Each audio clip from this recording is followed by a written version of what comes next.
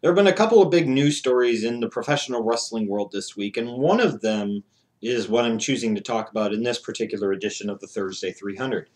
It kind of sickens me a little bit the fact that so many people seem to want to be reporting that Mae Young had indeed passed away. That was a report that got out there. A lot of people think that she has passed away, and at least at the moment of this recording of this video, she has not.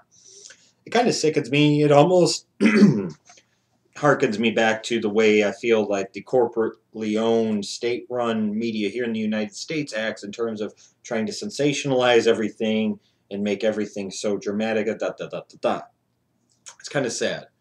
But I'm not here to talk about that, really. And I don't want to spend this video talking about that. One thing you get used to as a professional wrestling fan, unfortunately, is that your favorites eventually pass away. And a lot of them over the years have passed away far too soon, almost to the point where when our favorite wrestlers or one of our favorite wrestlers pass away, we're almost somewhat desensitized to it.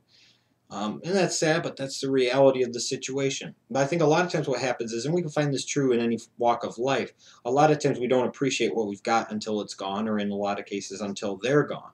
And then we wish they were there for another 10, 15, 20 years.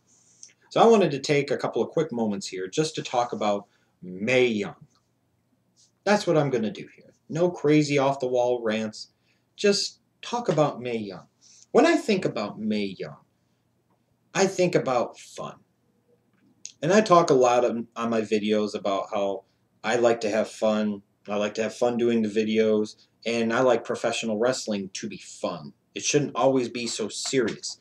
But I also feel that you can be incredibly serious while having a lot of fun. That's a distinction sometimes that maybe a lot of people can't make, but I do feel it is very possible to be incredibly serious about something and then have the time of your life doing it. And when I think about the epitomization of that, I think about somebody like Mae Young, somebody that wrestled in 9 different decades, one of the real founding mothers of women being able to make it in professional wrestling in a man's world. You know, one of her great contributions to the business was that she trained perhaps the greatest women's wrestler of all time in the fabulous Moolah. When I think of Mae Young, I always get a smile on my face, man. And there are only a few people in professional wrestling that I could ever truly say that about, even thinking about it now. You know, even as big of a Hogan mark as I've been for, most of my life, not every time that I see him brings a smile on my face.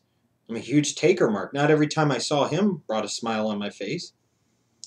You know, there are only those certain people that every time I saw them, it brought a smile to my face. The 4 that stand out the most to me would be the Macho Man Randy Savage, the Junkyard Dog, Eddie Guerrero, and Mae Young.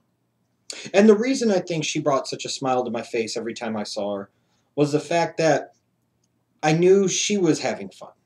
And I knew that she loved what she was doing. And she was comfortable with who she was. And she, didn't care what anybody thought of her. She was going to do what she wanted to do. And God bless her for it. One of my favorite people in the history of professional wrestling has to be Mae Young. Over the past couple of years, when Mae Young would make some appearances and people would have their comments and people would shit on her appearing, you know what? Fuck you. Fuck you. You're not going to ruin my enjoyment. You're not going to ruin my enjoyment of seeing a Mae Young. You're not going to ruin for me the fun that she brings me every time that I would see her on television. I mean, this is somebody here that was truly one of a kind. In her 70s, her and Moolah came along and were an integral part of the Attitude Era, did all types of crazy shit. Think back to how entertaining they were. I love Mae Young. I have no problem saying that she's one of my favorites of all time. And one of the true legends in the history of the professional wrestling business in my book.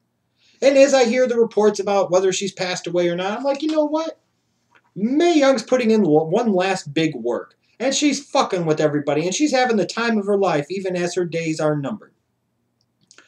Whenever she does pass, which sounds like, unfortunately, it may not be too long, I just hope everybody realizes what a treasure she was, and what a legend she was, and how great she truly was. I'll remember all the great, hilarious, funny, entertaining moments that Mae Young brought to me, and I'll also remember what she taught me about being comfortable with who you are and being incredibly serious yet having fun at the same time. That's what I'll always remember about it.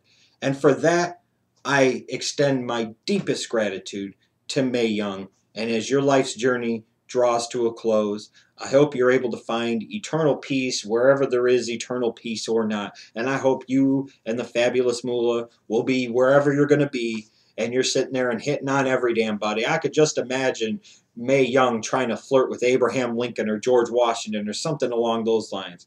God, what I wouldn't give to see that, huh?